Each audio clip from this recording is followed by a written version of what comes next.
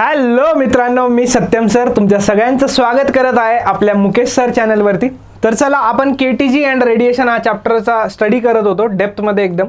तर आता आपण थोडंसं पुढे जाऊन आपण डिस्कस करूया की आपला प्रेशरचं डेरिवेशन झालं होतं, VRMS वरती आपण डिस्कशन केलं होतं। तर आता पुढं काय टॉपिक आहे आपल्याला बघायचं आहे, interpretation of temperature in kinetic theory. म्हणजे आपण टेम्परेचरवरनं काय काय इंटरप्रिटेशन करणार आहोत, काय काय कन्क्लूड करणार आहोत, कन्क्लूजन काय काय काढणार आहोत ते आपल्याला बघायचं आहे। तर क्वेश्चन असा आहे, how is the kinetic energy of gas molecule, how is the kinetic energy of gas molecule is related with temperature, derive relation using kinetic theory of gases. Temperature सोबत ते कसं रिलेटेड आहे हे आपल्याला डिराइव्ह करायचं आहे।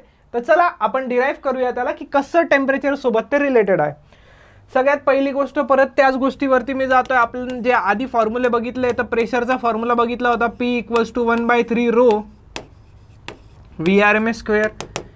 याच्यावरनं आपल्याला VRMS चे 3 फॉर्म्युले मिळाले होते, ते पण लक्षात ठेवा। 3P divided by rho, next formula होता 3RT डिवाइड बाय MW, आणि त्यानंतरचा एक फॉर्म्युला होता 3KT डिवाइड बाय M। आता त्याला KBT लिहितो आपण, KT पेक्षा KBT लिहून टाकू, त्याला काय प्रॉब्लेम नाही येणार, ठीक आहे।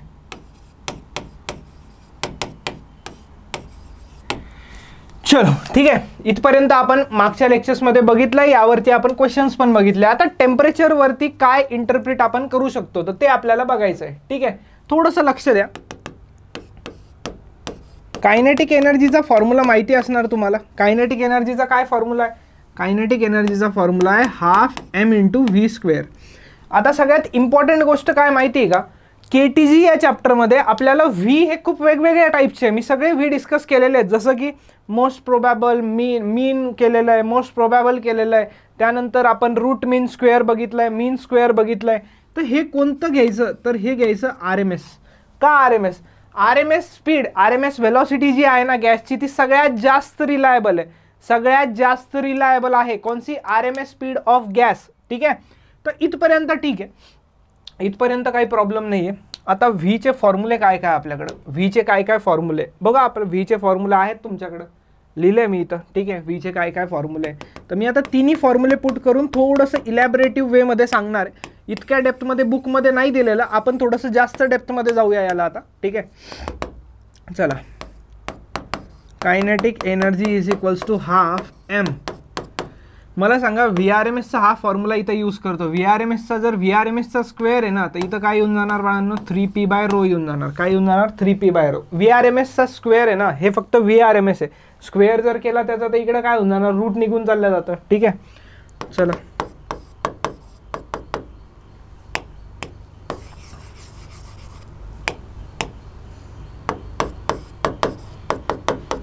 तर इथं करू काय शकतो आपण, मी तुम्हाला इथं एक नवीन गोष्ट दाखवणार आहे। काय नवीन गोष्ट बघा, थोडंसं लक्ष द्या। 3P तसंच राहणार। P म्हणजे काय असतं? प्रेशर असतं। रो म्हणजे काय? रो म्हणजे आहे गॅसची डेन्सिटी, आणि गॅसची डेन्सिटी कोणती? डेन्सिटीचा फॉर्म्युला काय असतो? मास डिवायडेड बाय व्हॉल्यूम। काय असतो? मास डिवायडेड बाय व्हॉल्यूम, करेक्ट आहे। इथपर्यंत क्लिअर तुम्हाला? इथं M आणि M काय होऊन जाणार? कॅन्सल होऊन जाणार। इथं M आणि M कॅन्सल होऊन जाणार। राहतंय काय बघा, फक्त राहतंय काय, थोडं लक्ष द्या। 3 उरलंय, इकडे 2 उरलाय, हा 3 उरलाय, हा 2 उरलाय, V वरती चालला जाणार। तर हे काय झालं? Kinetic energy equals to 3/2 PV झालं। काय झालं? 3/2 PV। आता एक सिंपलशी गोष्ट सांगतो तुम्हाला, एक सिंपलशी गोष्ट, जिथंही PV येतं ना, आयडियल गॅस इक्वेशनचे 3 फॉर्मॅट मी तुम्हाला एकदम डेप्थमध्ये शिकवलेले आहेत। आयडियल गॅस इक्वेशनचे 3ही फॉर्मॅट मी इथं लिहून टाकतो। पहिला फॉर्मॅट काय होता आयडियल गॅस इक्वेशनचा? PV is equals to nRT होता। दुसरा फॉर्मॅट काय होता? तसं तिसरा इथं जास्त यूज येणार नाही, PV इक्वल्स टू nKBT होता। तर मला सांगा, PVच्या जागी हे जर मी दोन्ही पुट केले तर मला नवीन फॉर्म्युला नाही मिळणार का कायनेटिक एनर्जीचा? 100% मला याचा नवीन फॉर्म्युला मिळणार आहे। नवीन फॉर्म्युला काय मिळेल मला बघा, कायनेटिक एनर्जी इक्वल्स टू 3/2 PVच्या जागी nRT मी पुट करू शकतो, बरोबर, 100% पुट करू शकतो। अजून मी PVच्या जागी nKBT यूज करू शकतो, 100% हे सुद्धा यूज होऊ शकतं, 100% हे सुद्धा यूज होतं। तर आता हेच इंटरप्रिटेशन बुकमध्ये थोडं शॉर्टमध्ये दिलं आहे। बुकमध्ये इथं तुम्हाला N दिसणार नाही, कॅपिटल N दिसणार नाही। आता जर मी इथं लिहितो, जर बरं का, ठीक आहे, क्लिअरली लिहितो इथं मी, if for small n equals to 1 mole, जर आपण 1 मोलसाठी कॅल्क्युलेशन करू तो ऑब्वियस गोष्ट आहे, 1 मोलसाठी कॅल्क्युलेशन करू तर हे व्हॅल्यू येणार 3/2 RT, बरोबर का, बरोबर आहे. आणि जर हेच कॅल्क्युलेशन मी if n equals to 1 molecule, एका मॉलिक्यूलसाठी जर मी हे कॅल्क्युलेशन करतोय तर एका मॉलिक्यूलसाठी जेव्हा कॅल्क्युलेशन करणार तर इथं काय मिळणार मला, 3/2 kBT मिळणार. ऑब्वियसली गोष्ट आहे आणि बुक्समध्ये तुम्हाला असंच दिलेलं आहे 3/2 kBT. आता किती डायरेक्शन्स असतात तुमच्याकडे, 3 डायरेक्शन्स असतात XYZ. आता इथं हे 3च का बरं आलंय तर ते फॉर्म्युलानी आलंय, पण ही जितकी ही स्टोरी चालली आहे ना ही सर्व मोनो ॲटॉमिक गॅससाठी चालली आहे. आता याच लेक्चरमध्ये आपण monoatomic, diatomic, polyatomic, degree of freedom वगैरे वगैरे सगळ्या गोष्टी क्लिअर करणार आहोत. Don't worry about that. तर फक्त एकच गोष्ट तुम्हाला लक्षात ठेवायची इम्पॉर्टंट, की हे जे काही कॅल्क्युलेशन चाललंय 5 मिनिटासाठी हे लक्षात ठेवायचं मोनो ॲटॉमिकसाठी चाललंय, म्हणून तिथं 3 आलंय. तर ते 3 कशाचं आहे, डिग्री ऑफ फ्रीडम झाल्यावरती क्लिअर होईल. ह्याच्यावरनं काय कळतं आहे, derive the relation using kinetic theory of gases. हे रिलेशन्स डिराईव्ह केले, पण दोन्ही रिलेशन्सनी मला एक गोष्ट कळतीये की कायनेटिक एनर्जी जी आहे ती टेम्परेचरला डायरेक्टली प्रपोर्शनल आहे. कायनेटिक एनर्जी जी आहे ती टेम्परेचरला डायरेक्टली प्रपोर्शनल आहे. ही गोष्ट मला क्लिअर समजते, इथं क्लिअर समजते एकदम, ठीक आहे. तर इथपर्यंत तर तुम्हाला काहीच प्रॉब्लेम नसणार, काही डाऊट नसणार इथपर्यंत तुम्हाला. चला थोडंसं पुढे जाऊयात. अच्छा, क्वेश्चन्सवरती जायचं आहे. क्वेश्चन्सवरती जायच्या आधी मग आता थोडंसं डिस्कशन करून घेऊया आपण, ठीक आहे. आता बघा, क्वेश्चन्सवरती जाण्याआधी ह्या टॉपिक बघू आपण, ठीक आहे. आता आपलं जे पूर्ण लेक्चर, तर लॉ ऑफ इक्विपार्टिशन ऑफ एनर्जी काय असतं ते बघा. काय म्हटलंय लॉ ऑफ इक्विपार्टिशन, 2 क्वेश्चन बाकी आहेत ऑब्व्हियसली, ठीक आहे. For a gas in thermal equilibrium, thermal equilibrium म्हणजे टेम्परेचर सेम, गॅस जर थर्मल इक्विलिब्रियममध्ये असेल ॲट अ टेम्परेचर T, तो गॅस T टेम्परेचरवरती आहे, the average energy for molecule म्हणजे एक मॉलिक्यूलसाठी associated with each quadratic term is half kBT. म्हणजे प्रत्येक जितक्याही एनर्जी असतील प्रत्येक एनर्जीच्या टर्म सोबत त्याची एनर्जी असणार हाफ kBT. किती असणार त्याची एनर्जी? त्याची एनर्जी असणार हाफ kBT. ही गोष्ट लक्षात ठेवत जा. आता मी इथं थोडंसं आहे ना डिटेलमध्ये जातोय, थोडं डिटेलमध्ये जातोय बुक्समध्ये, म्हणजे याच्यावरती जास्त क्वेश्चन येत नाही, पण हे लक्षात असलं पाहिजे तुम्हाला. आता बघा, अजून थोडं बेसिकवरती जर जाऊ तर एनर्जी 2 टाईपच्या असतात आपल्याकडे. आपण ते पण इंटरनल एनर्जीचीच गोष्ट करतोय. गॅससाठी आपण एक्सटर्नल एनर्जी घेत नाही. एक असते इंटरनल कायनेटिक एनर्जी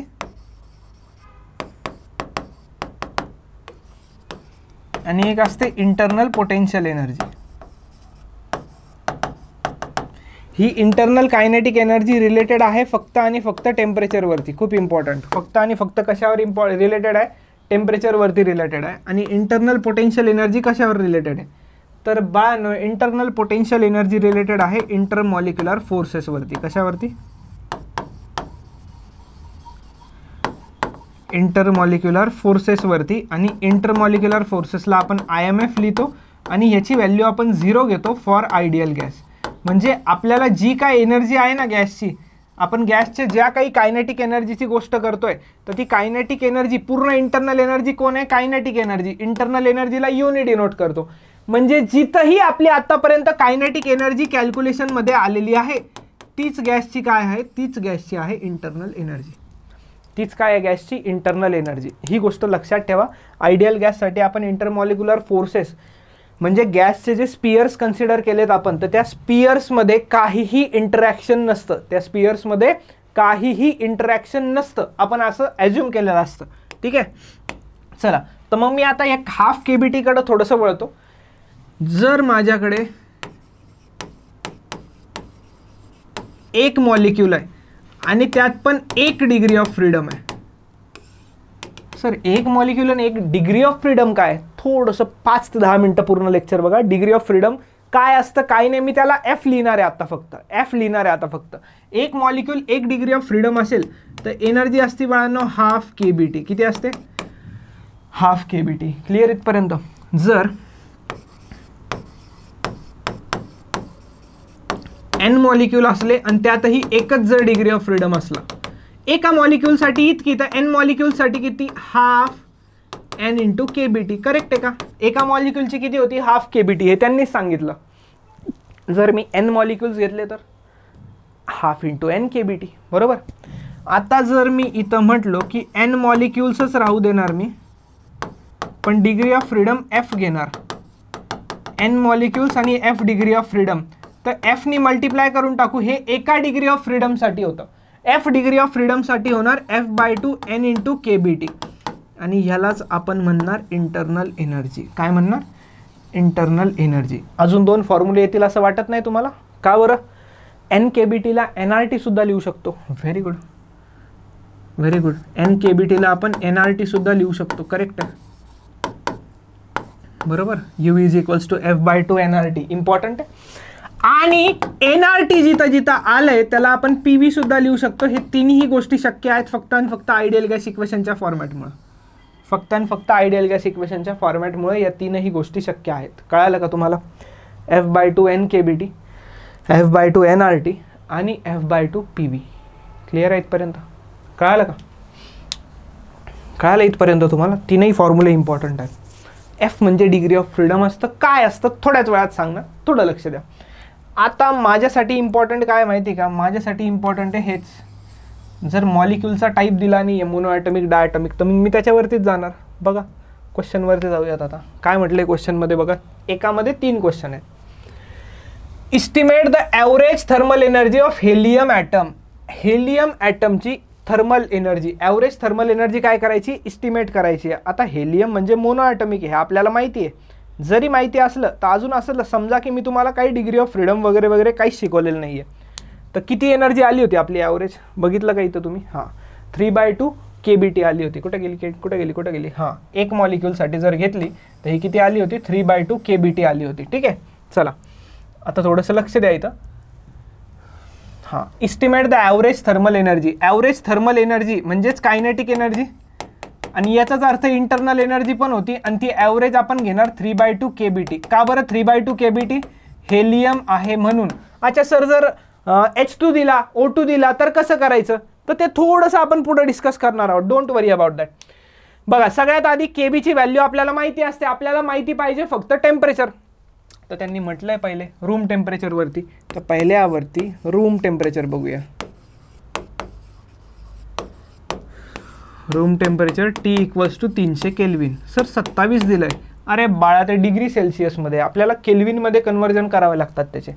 तर बघा 3/2 इंटू KB किती असतं? 1.38 इंटू 10⁻⁻23 इंटू T आहे 300.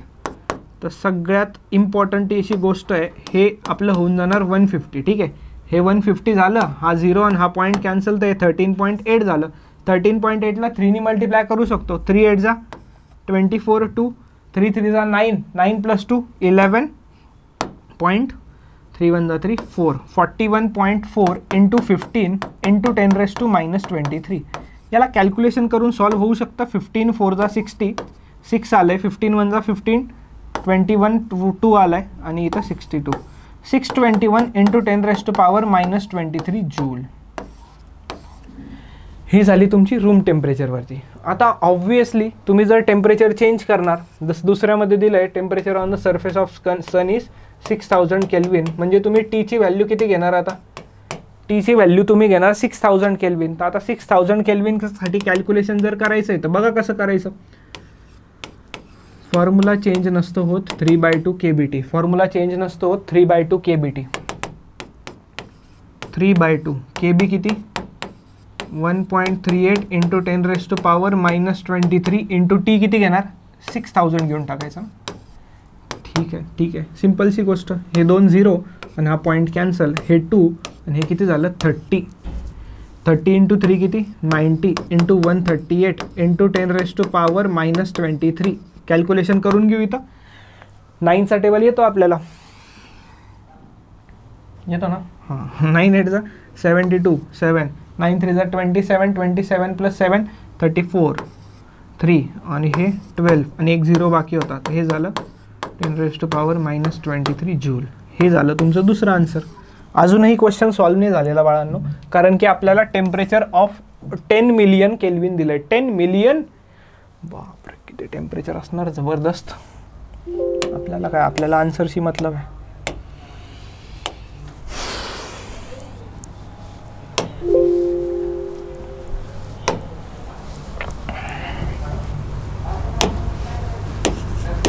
तिसरा पार्ट, टेम्परेचर किती घेणार, 10 million kelvin.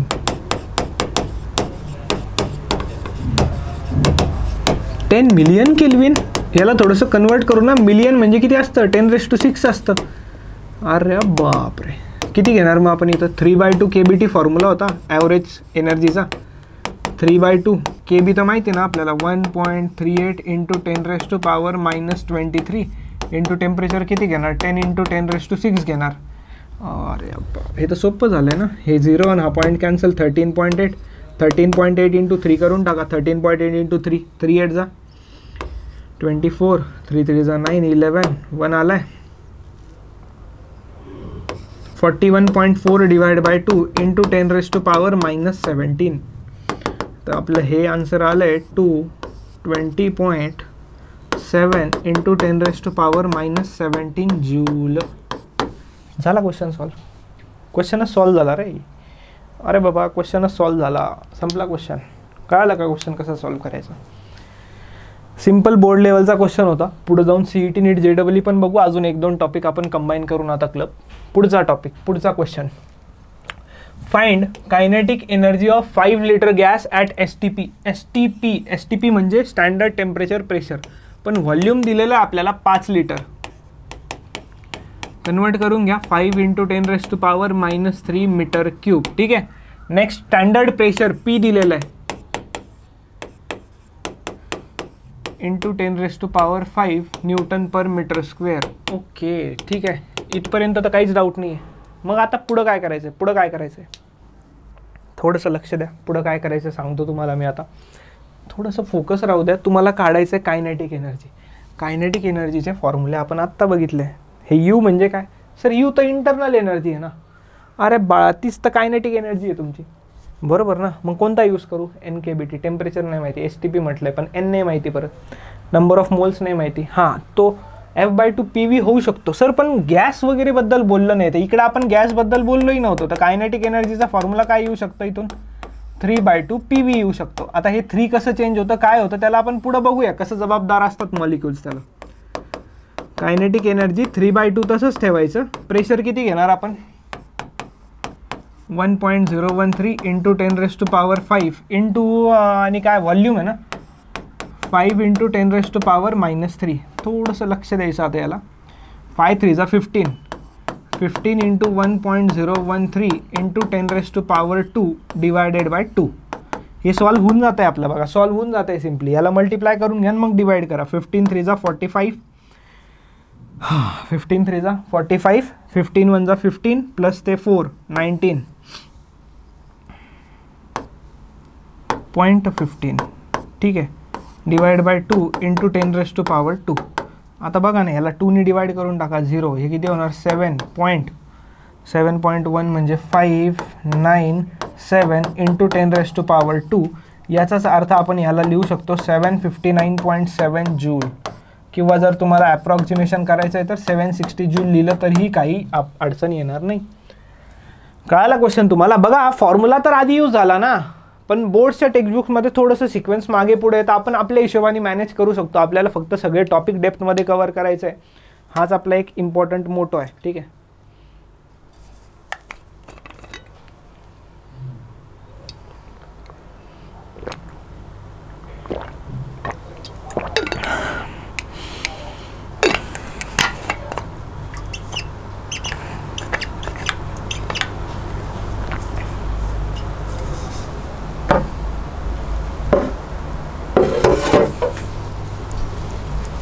Just wait a second.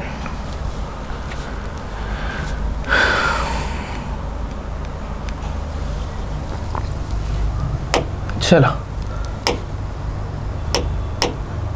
Next important topic आहे degrees of freedom.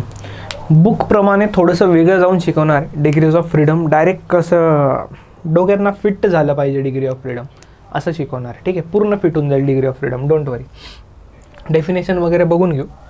The total number of coordinates और independent quantities required to describe the position and configuration of the system completely. Position आणि configuration of the system completely define करायचं आहे तुम्हाला. तर त्यासाठी आपल्याला जे इम्पॉर्टंट असतं त्या जे डिफाईन करतात त्याला ते असतात degree of freedom.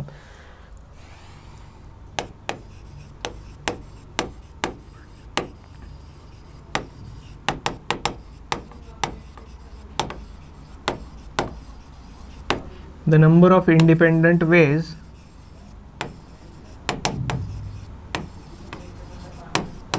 with which molecule can describe its motion. ही पण त्याची एक डेफिनेशन असते जी तुमच्या बोर्डच्या बुक्समध्ये नाही आहे, पण NCERT वगैरेमध्ये या टाईपचे डेफिनेशन तुम्हाला मिळून जाईल. ठीक आहे, तर त्या डेप्थपर्यंत पण घेऊन जातो, डोंट वरी. आता इम्पॉर्टंट काय असतं माहिती आहे का, डिग्री ऑफ फ्रीडम किती टाईपचे असतात. याला डिनोट करतो आपण Fने. ठीक आहे, जे आधी F लिहिलं होतं ना थोड्या वेळा आधी. आता लक्षात ठेवा डिग्री ऑफ फ्रीडम, फ्रीडम म्हणजे काय, स्वातंत्र्य. आता मॉलिक्यूल किती प्रकारे मूव्ह होऊ शकतो याला आपण म्हणतो डिग्री ऑफ फ्रीडम. मॉलिक्यूल किती प्रकारे मूव्ह होऊ शकतो याला आपण काय म्हणतो, याला आपण म्हणतो डिग्री ऑफ फ्रीडम. आता डिग्री ऑफ फ्रीडम जे आहे ना ते 3 टाईपचे असतात. 3 टाईपचे कोणते कोणते असतात. सगळ्यात पहिला डिग्री ऑफ फ्रीडमचा टाईप असतो ट्रान्सलेशनल डिग्री ऑफ फ्रीडम. काय असतो ट्रान्सलेशनल डिग्री ऑफ फ्रीडम, याला मी FT लिहितो. मी थोडंसं बोर्डच्या बुकचं थोडंसं साईडला जाऊन पण शिकवतो, ही गोष्ट थोडीशी लक्षात असू द्या. ठीक आहे, दुसरं असतं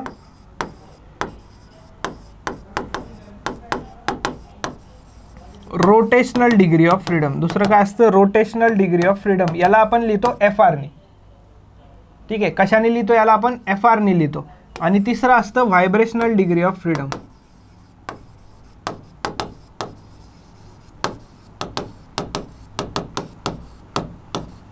व्हायब्रेशनल डिग्री ऑफ फ्रीडमला आपण लिहितो FV. ठीक आहे, FV. ओके, ठीक आहे, इथपर्यंत तर काहीच प्रॉब्लेम नाही. याला थर्ड टाईप द्यायचं.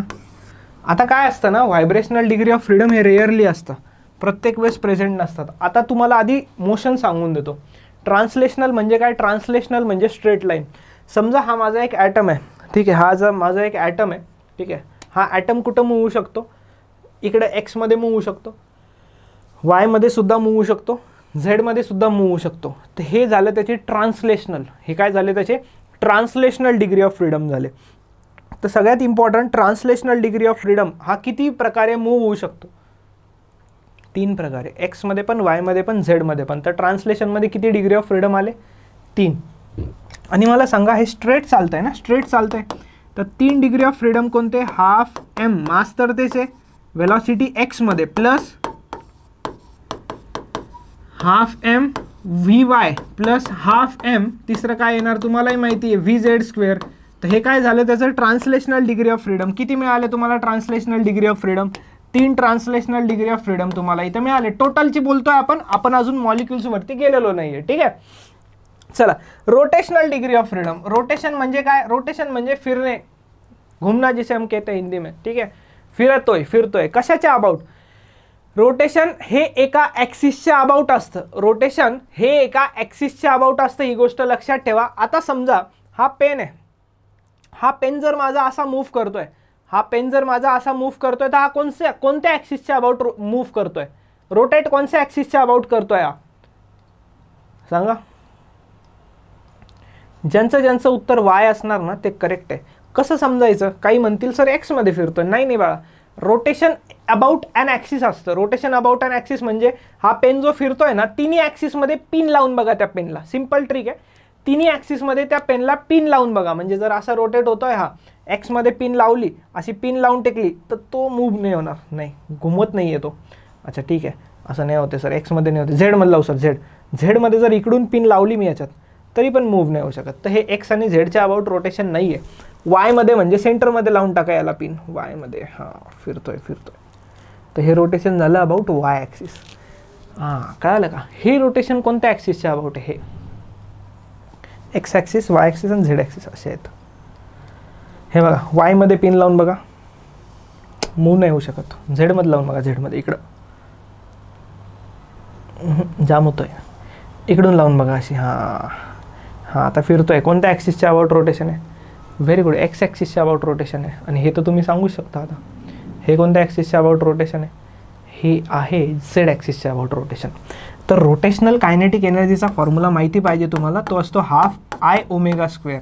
तर half i omega x square plus half i omega Y square plus half i omega Z square. तर ह्याच्यामध्ये पण तुम्हाला किती मिळत आहे बघा बरं, 1 2 3 3 डिग्री ऑफ फ्रीडम तुम्हाला मिळत आहे. किती मिळत आहे? 3 डिग्री ऑफ फ्रीडम. आपण इन टोटल बात कर रहे, ठीक आहे, टोटलची गोष्ट करतोय आपण. आता व्हायब्रेशन म्हणजे काय असतं? समजा माझ्याकडे एक मॉलिक्यूल आहे. व्हायब्रेशन म्हणजे काय? फास्ट ऑसिलेशन करणं, फास्ट ऑसिलेशन परफॉर्म करणं. ऑसिलेशन फास्ट झालं की त्याला आपण व्हायब्रेशन म्हणतो. त्याला काय म्हणतो आपण? त्याला आपण व्हायब्रेशन म्हणतो. तर थोडीशी लक्ष द्या इकडं. जर माझ्याकडे एक मॉलिक्यूल आहे तर तो इकडं असं मूव्ह करेल, पण ते थोडंसं इतकं चांगलं नाही. 2 मॉलिक्यूल जर घेतले, हां काय करतायत ते असे, काय करतायत ते असे, काय करतायत? हे परफॉर्म करतायत व्हायब्रेशन्स. काय परफॉर्म करतायत? हे व्हायब्रेशन्स परफॉर्म करत आहेत. कळालं का? हां, तर हे किती झाले? व्हायब्रेशन म्हणजे तुम्हाला थोडंसं ऑसिलेशन माहिती पाहिजे. ऑसिलेशनमध्ये जेव्हा पार्टिकल ऑसिलेट करतोय तर त्याच्याकडे 2 टाईपच्या एनर्जी असतात. एक असते कायनेटिक एनर्जी, जी एक्स्ट्रीम पोझिशनवरती 0 असते, आणि पोटेन्शियल एनर्जी जी एक्स्ट्रीमवरती मॅक्सिमम असते. कधी आणि सेंटर मीन पोझिशनवरती बघितलं तर मीन पोझिशनवरती कायनेटिक मॅक्सिमम असते आणि पोटेन्शियल 0 असते. म्हणजे in between this points kinetic potential दोन्ही एकमेकांमध्ये कन्व्हर्जन सुरू असतं. तर मला सांगा, याच्यात एक कायनेटिक एनर्जी येते आणि याच्यात एक येते पोटेन्शियल एनर्जी. तर डिग्री ऑफ फ्रीडम म्हणजे एनर्जी किती वेजने डिस्क्राईब करताय तुम्ही? तर व्हायब्रेशनमध्ये 2 असते. क्वेश्चनमध्ये जर दिलं आहे vibrational degree of freedom consider करा तरच करायचं, नाही तर आपण रिकामा आपण स्वतःहून कन्सिडरेशन घ्यायचं नाही. कधी करायचं कधी नाही ते सांगून देईल. काही हिंट असतात. हाय टेम्परेचर वगैरे वर्ड्स क्वेश्चनमध्ये असले, क्वेश्चनमध्ये जर वर्ड्स असले की हाय टेम्परेचर वगैरे वगैरे, तर मग vibrational degree of freedom consider करायचं, नाहीतर कन्सिडर करण्याची काहीही गरज नाही आहे. किंवा ते म्हणतात डायटॉमिक रिजिड नॉन रिजिड, ते पण मी तुम्हाला शिकवेल. ही गोष्ट तुमच्या लक्षात आली असणार, याच्यात काही प्रॉब्लेम नाही तुम्हाला. चला नेक्स्ट एक स्लाइड ॲड करतो, त्याच्यावरती आपण ॲटम्सबद्दल डिस्कशन करूया. ॲटम्सबद्दल डिस्कशन करायचं म्हणजे ॲटम किती टाईपचे आहेत आपल्याकडे? आता आपल्याकडे 3 टाईपचे ॲटम आहेत.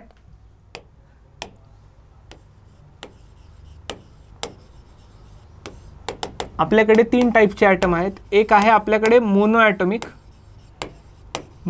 Atomic gas molecules. दुसरा आहे आपल्याकडे डायटॉमिक, आणि तिसरा असतो आपल्याकडे पॉलीॲटॉमिक. पॉलीॲटॉमिक म्हणजे 2 पेक्षा जास्त ॲटम. संपला. पॉलीॲटॉमिक म्हणजे काय? 2 पेक्षा जास्त ॲटम. आता मोनो ॲटॉमिकचं एक्झाम्पल लिहितो मी इथं. एक्झाम्पल काय? सगळे नोबेल गॅसेस, हेलियम, आर्गॉन वगैरे वगैरे, एकच लिहितच, एवढेच लिहितो. डायटॉमिकमध्ये पण काय असतं? डायटॉमिकचे एक्झाम्पल इथं लिहितो मी.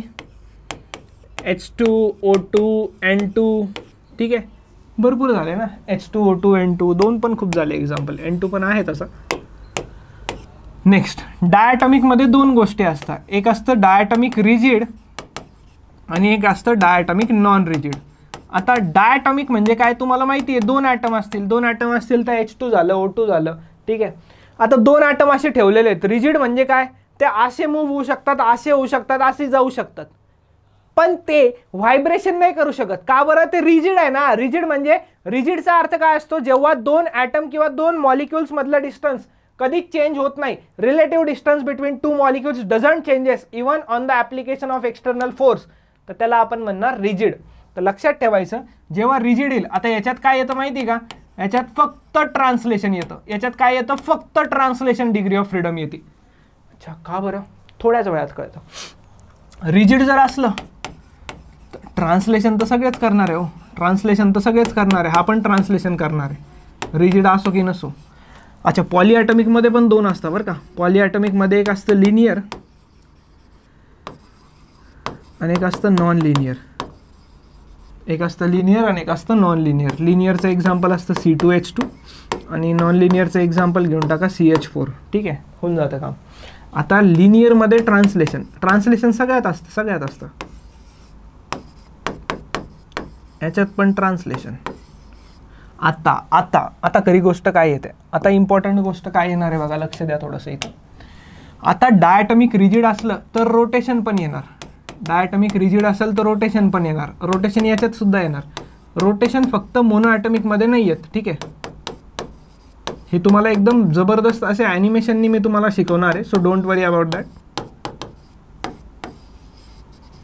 आता फक्त थोडंसं एक आयडिया घेऊन टाका, ठीक आहे सर. व्हायब्रेशनल राहिलं आता. हां, आता हे किती नंबरमध्ये किती रोटेशन किती आहे? 3 तर तुम्ही लिहिलं ते मॅक्स होतं, कंप्लीट होतं 3. तर प्रत्येक वेळेस 3 नाही घ्यायचं, कधी कसं घ्यायचं ते बघूया आपण. याच्यात व्हायब्रेशनल कन्सिडर नाही करायचं, रिजिड आहे ना तो, रिजिड व्हायब्रेट करूच नाही शकत. याच्यात व्हायब्रेशन कन्सिडर करायचं, याच्यात पण व्हायब्रेशन कन्सिडर करायचं आणि याच्यात पण व्हायब्रेशन कन्सिडर करायचं. सर मग आता मला सांगा, पॉलीॲटॉमिक लिनियर, पॉलीॲटॉमिक नॉन लिनियर आणि डायॲटॉमिक नॉन रिजिडमध्ये काय फरक आहे बरं? फरक पडतो याच्यामध्ये रोटेशनमध्ये पूर्ण फरक पडतो. कशात? तिन्हीमध्ये पण रोटेशनमध्ये खूप सारा फरक पडतो, हे लक्षात ठेवा. होप्सो ही गोष्ट तुम्हाला स्टोरी वगैरे क्लिअर झाली असणार. आता मी यांचे शॉर्ट फॉर्म पण लिहून दिलेले आहेत तुम्हाला डिग्री ऑफ फ्रीडमसाठी. FT म्हणजे translational degree of freedom, FR म्हणजे रोटेशनल डिग्री ऑफ फ्रीडम आणि FV म्हणजे व्हायब्रेशनल डिग्री ऑफ फ्रीडम. तर ह्या गोष्टी विसरून चालणार नाहीत. आता तुम्हाला हे लेक्चर खूप जास्त इम्पॉर्टंट आहे. थर्मोसाठी पण हे लेक्चर खूप इम्पॉर्टंट आहे तुमचं आणि KTG साठी पण खूप इम्पॉर्टंट आहे.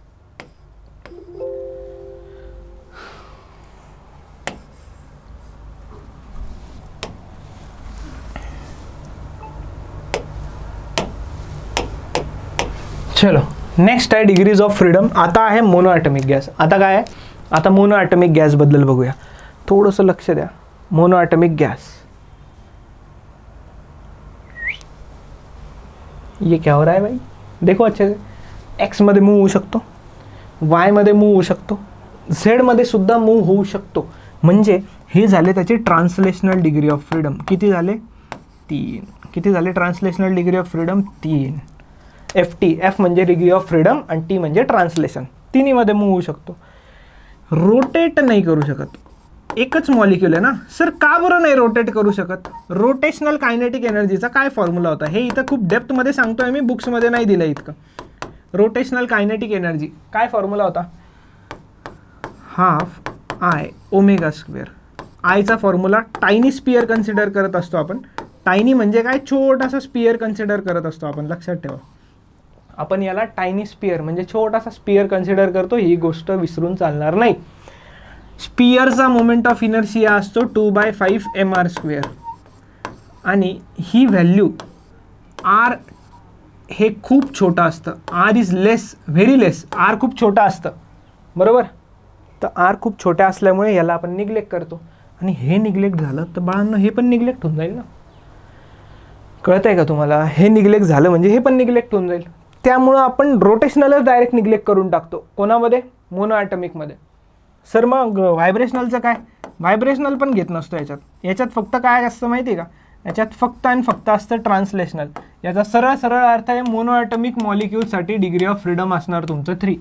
किती असणार? मोनो ॲटॉमिक मॉलिक्यूलसाठी तुमचं डिग्री ऑफ फ्रीडम, याच्यासाठी असणार तुमचं डिग्री ऑफ फ्रीडम 3. लक्षात ठेवायची आहे. Next diatomic. डायटॉमिक पण नॉन रिजिड बरं का.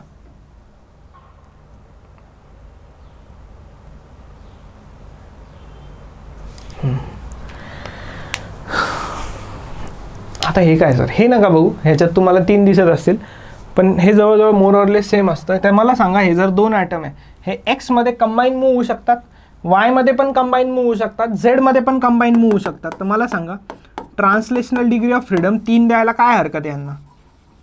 बरोबर, काहीच हरकत नाही. 3 द्यायला काहीच हरकत नाही. नॉन रिजिड आहे. नॉन रिजिड म्हणजे ते मूव्ह होऊ शकतात. तर त्याचे मूव्हमेंटबद्दल आपण नंतर डिस्कशन करूया. पुढं अजून एखादं ॲनिमेशन असणारच आहे.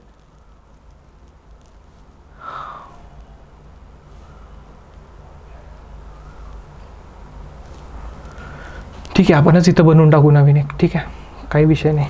FT3 येतं रोटेशनल डिग्री ऑफ फ्रीडम. आता रोटेशनल डिग्री ऑफ फ्रीडम थोडंसं डिस्कस केलं, परत एकदा रिवाइज करतो. फॉर्म्युला असतो रोटेशनल कायनेटिक एनर्जीचा हाफ I ओमेगा स्क्वेअर. ओमेगाच्या गोष्टी सगळ्या ठीक आहे. आय काय असतं? Moment of inertia about axis of rotation. Moment of inertia about axis of rotation. आता मला सांगा, हा एक ॲटम आहे आणि हा एक ॲटम आहे, डायटॉमिक झालं. हा असा रोटेट होऊ शकतो ना, असा रोटेट होऊ शकतो. कोणत्या ॲक्सिसच्या अबाउट आहे सांगा बरं. पिन लावून ट्रिक सांगितली होती. Yes correct. वाय ॲक्सिसच्या अबाउट आहे, वायला पिन लावली तरी फिरतो. वाय ॲक्सिस इथं, यांच्यात काहीतरी डिस्टन्स आहे, तर हे rotational degree of freedom consider करावं लागणार, वायचं कन्सिडर करावं लागणार. ठीक आहे. झेडचं बघू. झेडचं यो हे काय रोटेट होत आहे कोणत्या ॲक्सिसच्या अबाउट? झेड ॲक्सिसच्या अबाउट. हा ॲक्सिस ऑफ रोटेशन आहे, हे रोटेट होत आहे, सफिशियंट डिस्टन्स आहे रोटेशनचं, तर झेड पण कन्सिडर करू. ठीक आहे. एक्स ॲक्सिस अबाउट असंच रोटेट होईल ना एक्सच्या अबाउट. असं अजून कसं होणार? आता डिग्री ऑफ फ्रीडम घ्यायची का नाही? असं इकडून साईडने बघू, साईड व्ह्यूने.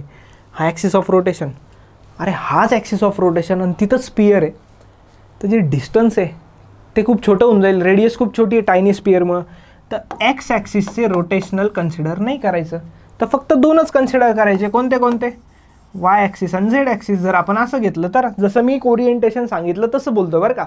जर ओरिएंटेशन चेंज केलं मग तुम्ही ते तुमच्या मनावर आहे, पण दोन येणार, एक येणार नाही. ठीक आहे सर, ठीक आहे. व्हायब्रेशनलमध्ये सर त्याच्यात तर असलं तर दोनच असतं, नसलं तर काहीच नसतं. असले तर दोन, नसले तर काहीच नाही.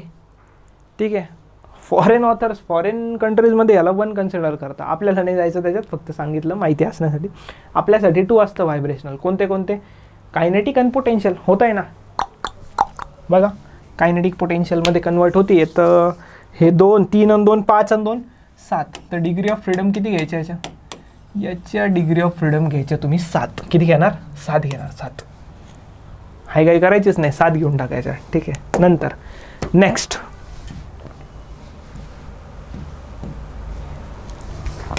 इथं मी नवीन हेडिंग टाकून लिहून देतोय तुम्हाला, डायटॉमिक रिजिड.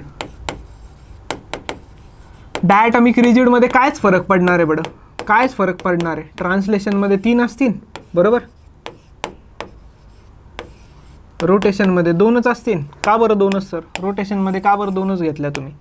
आता त्याचा तुम्हाला एक्सप्लेनेशन दिलं आहे ना बाळा, मी दिलं आहे ना त्याचं एक्सप्लेनेशन. आणि आहे ट्रान्सलेशन, कुठं ट्रान्सलेशनवर चाललं आहे? झोप झाली का नाही? व्हायब्रेशनल इथं 0 घ्यायचं. का बरं? कारण की ते रिजिड आहे ना. रिजिड म्हणजे ते मूवच नाही होणार ना, त्यांच्यातलं डिस्टन्सच चेंज नाही होणार. तर इथं डिग्री ऑफ फ्रीडम तुम्ही घेणार 5. किती घेणार इथं डिग्री ऑफ फ्रीडम? 5. विषय संपला. इथं तुम्ही 5 डिग्री ऑफ फ्रीडम घेणार, विषय संपला. क्लिअर आहे इथपर्यंत? कळालं का?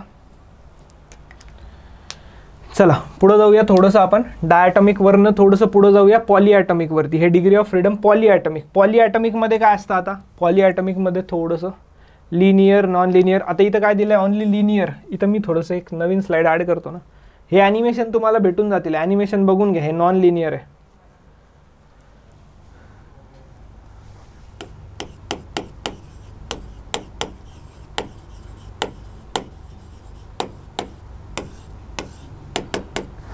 हे काय नॉन लिनियर आहे. ठीक आहे. पॉलीॲटॉमिक कोणतं बघतोय आपण? लिनियर बघून घेऊ. चला लिनियर म्हणजे काय? कितीही ॲटम असले तर लिनियर एकाच लाईनमध्ये असणार. Same as diatomic. कोणते डायॲटॉमिक? पण कोणत्या डायॲटॉमिक सारखं सेम आहे? नॉन रिजिडवाल्या डायॲटॉमिक सारखं सेम आहे. कोणासारखं आहे? नॉन रिजिडवाल्या डायॲटॉमिक सारखं हे काय आहे? सेम आहे. म्हणजेच याच्यात ट्रान्सलेशनल डिग्री ऑफ फ्रीडम किती? 3. याच्यात रोटेशनल डिग्री ऑफ फ्रीडम किती? 2. करेक्ट. आणि याच्यात व्हायब्रेशनल डिग्री ऑफ फ्रीडम किती? F लिहितो आपण याला. माहीत नाही किती ॲटम्स आहेत. किती ॲटम्स आहेत ते मला माहीतच नाही आहे बरोबर. म्हणून त्याला काय घेतलं मी? फक्त F घेतलं. लिनियरची गोष्ट चालली आहे. लिनियर म्हणजे एका लाईनमध्ये किती असू द्या पॉलीॲटॉमिकमध्ये. आता नेक्स्ट असतं पॉलीॲटॉमिकमध्ये नॉन लिनियर. नेक्स्ट काय असतं पॉलीॲटॉमिकमध्ये? नेक्स्ट असतं नॉन लिनियर. नॉन लिनियरमध्ये आता काय? नॉन लिनियरमध्ये थोड्याशा गोष्टी वेगळ्या आहेत. ट्रान्सलेशनल तर 3च असणार. रोटेशनल जे आहेत ना, तर रोटेशनल 2+1 3 घेणार. का बरं आता 3 घ्यायच्या सर? आता तर 2च घेतो ते इथपर्यंत. कारण असं आहे, समजा 3 ॲटम आहे, एक इथं आहे, एक इथं आहे आणि एक इथं आहे, तर बाकी वाय आणि झेडच्या अबाउट तर घेतच होतो ना आपण.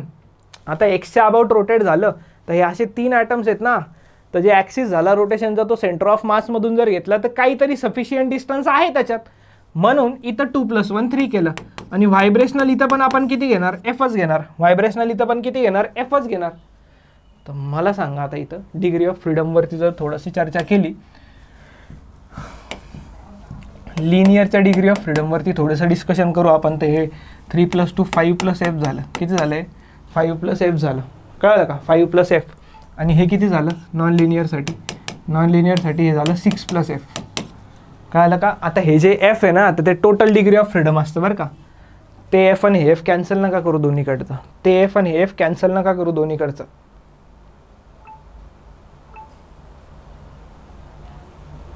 नाही तर होऊन जाईल मॅटर. ठीक आहे, असं कॅन्सल करू नका त्याला. ठीक आहे, चला. आता नेक्स्ट एक टॉपिक असतो स्पेसिफिक हीट कॅपॅसिटी, पण त्याच्यावरती आपण आत्ता नाही जाणार आहे. त्याच्यावरती आपण नेक्स्ट लेक्चर्समध्ये डिस्कशन करणार आहोत. So don't worry about that. आता जे डिस्कशन आपण नेक्स्ट लेक्चरमध्ये करणार आहोत ते करायच्या आधी तुम्ही डिग्री ऑफ फ्रीडम पूर्ण डिग्री ऑफ फ्रीडम क्लिअर करून आलेले पाहिजे, लेक्चर रिवाईज करून आलेले पाहिजे. पुढच्या लेक्चरमध्ये आपण काही क्वेश्चन्स वगैरे पण बघूयात. तर डिग्री ऑफ फ्रीडमचा एक टेबल बनवून देईन पुढच्या लेक्चरमध्ये आल्या सुरुवातीलाच. बाकीच्या गोष्टी आपण पुढे डिस्कस करूया. तर मी सत्यम भंडारी इथंच थांबतो. होप्स तुम्हाला हे लेक्चर आवडलं असणार आहे. ठीक आहे, तर आपण भेटूया पुढच्या लेक्चर्समध्ये. So till then tata, bye bye.